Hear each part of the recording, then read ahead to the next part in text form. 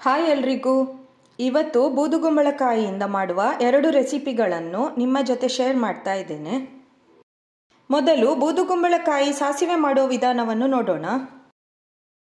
ಒಂದು ಪಾತ್ರೆಗೆ ಬೂದುಗುಂಬಳಕಾಯಿ ಹೋಳುಗಳನ್ನು ಹಾಕಿ ಅದು ಮುಳುಗುವಷ್ಟು ನೀರು ಹಾಕಿ ಬೇಯಲು ಇಡಿ. ರುಚಿಗೆ ತಕ್ಕಷ್ಟು ಉಪ್ಪು ಹಾಕಿ ಮುಚ್ಚಳ ಮುಚ್ಚಿ 10 ನಿಮಿಷ ಬೇಯಿಸಬೇಕು. ಒಗ್ಗರಣೆ ಕಾವಲಿಗೆ ಸ್ವಲ್ಪ ಎಣ್ಣೆ ಹಾಕಿ 2 ಹಸಿಮೆಣಸನ್ನು ಸ್ವಲ್ಪ ಫ್ರೈ ಮಾಡಿ.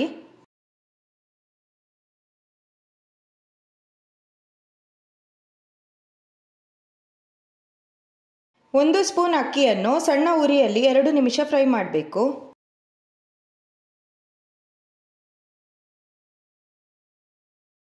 ಇಲ್ಲಿ ನಾನು ಅರ್ಧ ತೆಂಗಿನಕಾಯಿ ತುರಿಯನ್ನು ತೆಗೆದುಕೊಂಡಿದ್ದೇನೆ. ಮಿಕ್ಸಿಗೆ ತೆಂಗಿನಕಾಯಿ ತುರಿ, ಫ್ರೈ ಮಾಡಿಟ್ಟ ಹಸಿಮೆಣಸು, 2 ಫ್ರೈ ಮಾಡಿದ ಕೆಂಪು ಮೆಣಸು, ಅಕ್ಕಿ, ಸ್ವಲ್ಪ ನೀರು ಹಾಕಿ ತರಿತರಿಯಾಗಿ ಗ್ರೈಂಡ್ ಮಾಡಿ. ಬೂದುಗುಂಬಳಕಾಯಿಯಲ್ಲಿ ಹುಳಿ ಅಂಶ ಇರುವುದರಿಂದ ಇದಕ್ಕೆ ಹುಣಸೆ ಹುಳಿ ಹಾಕಲಿಕ್ಕೆ ಇಲ್ಲ. ಅರ್ಧ ಸ್ಪೂನ್ ಹಸಿ ಸಾಸಿವೆ ಹಾಕಿ ಒಂದು ಸುತ್ತು ಗ್ರೈಂಡ್ ಮಾಡಿ. ಮಸಾಲೆ ಹೀಗೆ ತರಿತರಿಯಾಗಿರಬೇಕು.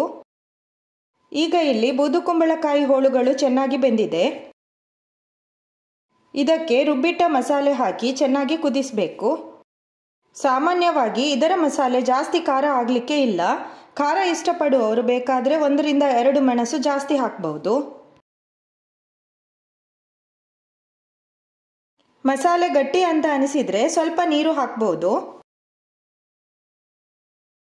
ಟೇಸ್ಟ್ ನೋಡಿ ಉಪ್ಪು ಬೇಕಿದ್ರೆ ಈ ಸಮಯದಲ್ಲಿ ಹಾಕಿ. ಹಾಗೂ ಒಂದು ಸಣ್ಣ ಬೆಲ್ಲದ ತುಂಡನ್ನು ಹಾಕಿ. ಇದು ಒಳ್ಳೆ ಟೇಸ್ಟ್ ಕೊಡ್ತದೆ.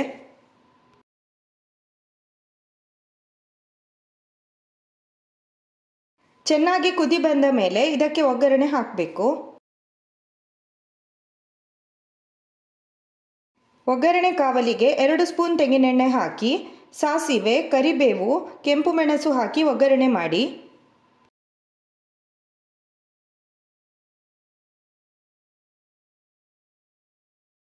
ಬೇಸಿಗೆ ಸಮಯದಲ್ಲಿ ಇಂಥ ನೀರಿನಂಶ ಇರುವ ತರಕಾರಿಗಳನ್ನು ತಿನ್ನುವುದು ದೇಹಕ್ಕೆ ತುಂಬ ಒಳ್ಳೆಯದು.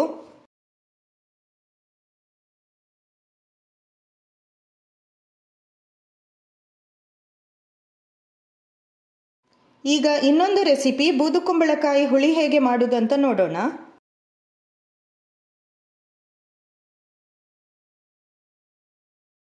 ಮೊದಲು ಬೂದುಗುಂಬಳಕಾಯಿ ಹೋಳುಗಳಿಗೆ ನೀರು ಹಾಕಿ ಬೇಯಲು ಇಡಿ. ರುಚಿಗೆ ತಕ್ಕಷ್ಟು ಉಪ್ಪು, ಇಷ್ಟು ದೊಡ್ಡ ಬೆಲ್ಲದ ತುಂಡು, 2 ಕಟ್ ಮಾಡಿದ ಹಸಿಮೆಣಸಿನಕಾಯಿ ಹಾಕಿ ಬೇಯಲು ಇಡಿ. ಒಂದು ಪ್ಯಾನ್ಗೆ ಸ್ವಲ್ಪ ತೆಂಗಿನೆಣ್ಣೆ ಹಾಕಿ 3 ಸ್ಪೂನ್ ಕೊತ್ತಂಬರಿ, 2 ಸ್ಪೂನ್ ಉದ್ದಿನಬೇಳೆ, 2 ಸ್ಪೂನ್ ಕಡಲೆಬೇಳೆ, ಸಣ್ಣ ಹಿಂಗಿನ ತುಂಡು,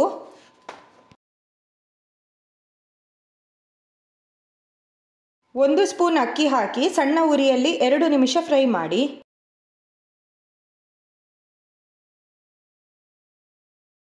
ಎಂಟರಿಂದ 10 ಘಾಟಿ ಮೆಣಸನ್ನು ಹಾಕಿ ಸ್ವಲ್ಪ ಹೊತ್ತು ಫ್ರೈ ಮಾಡಿ.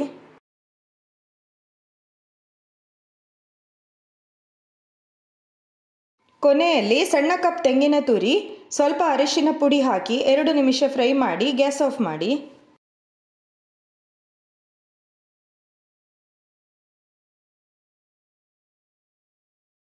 ಇದನ್ನು ತಣ್ಣಗಾಗಲು ಬಿಡಬೇಕು.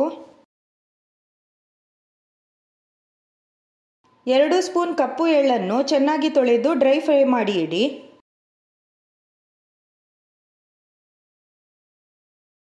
ಈಗ ಮಿಕ್ಸಿಗೆ ಹುರಿದ ಸಾಮಗ್ರಿ, ಹುರಿದ ಕಪ್ಪು ಎಳ್ಳು, ಹುಣಸೆ ಹುಳಿ, ನೀರು ಹಾಕಿ ತರಿತರಿಯಾಗಿ ಗ್ರೈಂಡ್ ಮಾಡಿ.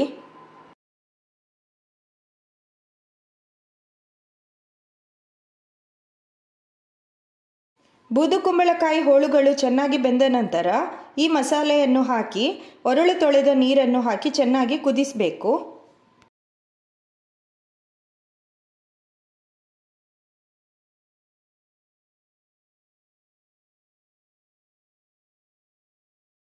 ರುಚಿ ನೋಡಿ ಉಪ್ಪು, ಬೆಲ್ಲ ಬೇಕಿದ್ರೆ ಈ ಸಮಯದಲ್ಲಿ ಹಾಕಿ.